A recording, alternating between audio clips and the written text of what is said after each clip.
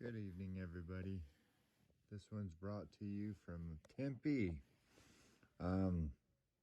This is totally outrageous. Taxpayers had to pay $300,000 for this one in a settlement. This happened August 29th, 2020. This is totally outrageous, and these officers should be fired, in my opinion. Listen to this video, and you come to your own conclusions. I'm the supervisor you're going to get. The first thing you said to me, I want someone higher. No. A Tempe police sergeant. Oh, just so you know, Tempe, when the news channel got a hold of this, Tempe blurred every bit of this damn video. Every bit of it. Caught on camera combative with victims of a crime, refusing to allow them to access a supervisor. ABC 15 investigator Melissa Blasius just got this video involving an already high-profile case where a black hotel employee was held at gunpoint by an officer who was supposed to be finding a white suspect. Tempe police blurred every second of this newly released video. So while you can't see it very well, you can certainly hear the tone and the words of the officers and their supervisors. A lawyer for the hotel employee and hotel manager says the officer's behavior was unprofessional. She believes there was also a cover-up attempted here. I'm the sergeant. I'm the supervisor you're going to get. The first thing you said to me, I want someone higher. No. A heated exchange between a Tempe police sergeant And the police sergeant says actually says no. When a person asks for his or her supervisor, the policy is to provide that. and Sean Hoover, the manager of this Hawthorne Suites. It's Sean who called 911 for help after a white guy inside the hotel pulled a gun on him and employee Trey Kumpion. First on scene, Officer Ronald Kurzaya. Right now, he's going to be wearing a black shirt, tan pants. He radios out the suspect description and goes outside to search, finding employee Trey, who's black, at a side door. I got my hand. I am responding to somebody with a firearm who matches your description. You understand that? Come here. I got my hands up, man. After the officer lets Trey go, a sergeant arrives on the scene, and the two hotel workers try to make a complaint. Why do you guys have a black male on the ground when I clearly said he was white? And then I got my hands up on the ground, and he steadily holding his gun on me, and my hands up, and I'm on the ground. This is ridiculous. Where's the guy with the gun? He already left. You guys missed him. But instead of listening to the complaint, the sergeant Where's the guy with the gun? Well, he's already left. You missed him, you stupid motherfucker. walks outside and calls out on his police radio. Everybody can slow it down. Manager's completely uncooperative. Later, the sergeant's boss, a lieutenant, arrives. He seems to listen at first. It's unfortunate this happened to you, Trey, and I apologize. I wasn't here. I'm not in those officer shoes. He says he'll investigate, which will take about a month, and he even promises him access to talk to a police commander. Then he reneges. When you call a commander, you're complaining about me. What am I not doing? So I don't need to tell you that I'm complaining about you. I don't feel comfortable telling you what I'm going to complain about.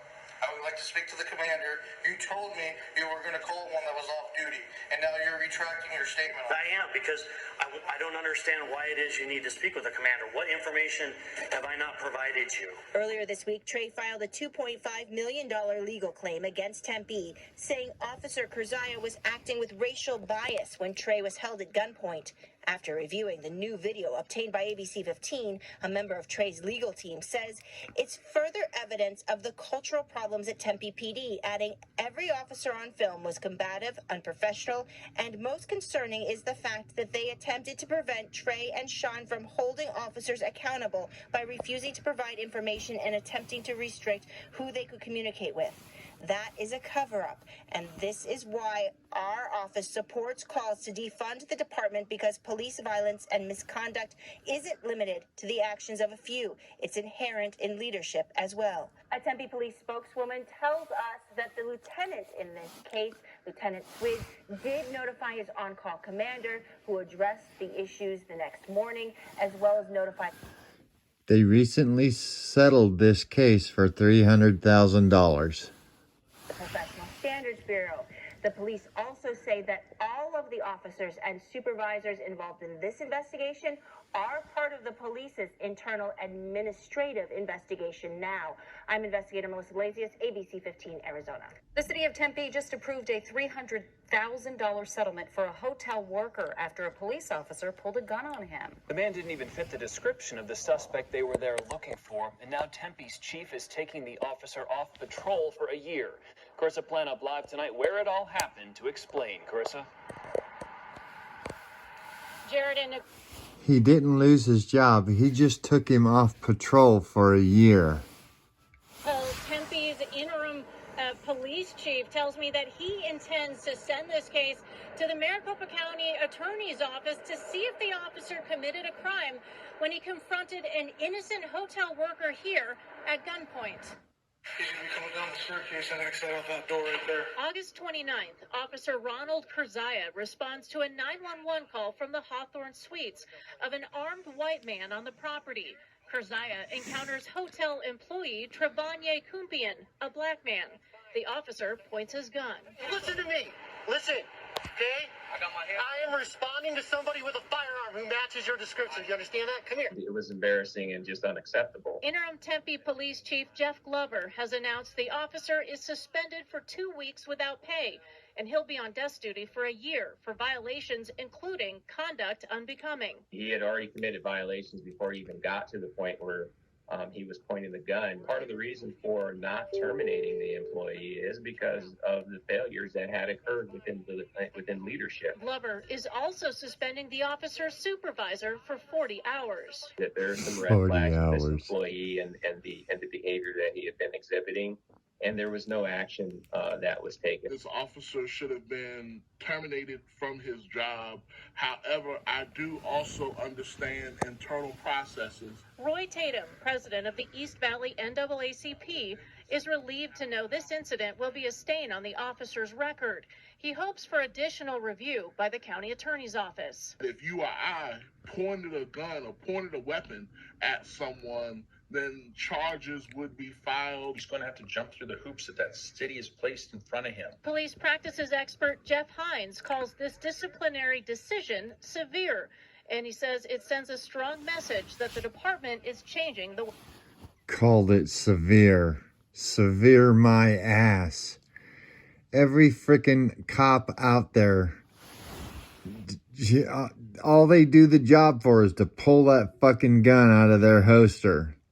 Back in the day, I was able to talk to officers as a kid that says they've never had to pull their gun out of their holster to threaten somebody. Every cop on the fucking force has done that at least 30 times. It does business. I believe you're going to see more of this type of transitional discipline, that it pleases both the internal workings of discipline matrix and what the community expects. According to the chief, Officer Kurzaya has already passed a psych exam showing that he is fit for duty, but he will have to undergo training before he can return to patrol. Son of a bitch. Oh, Jesus Christ. And it cost the taxpayers $300,000. Thanks, officer. Spitting Cobra. I'm out.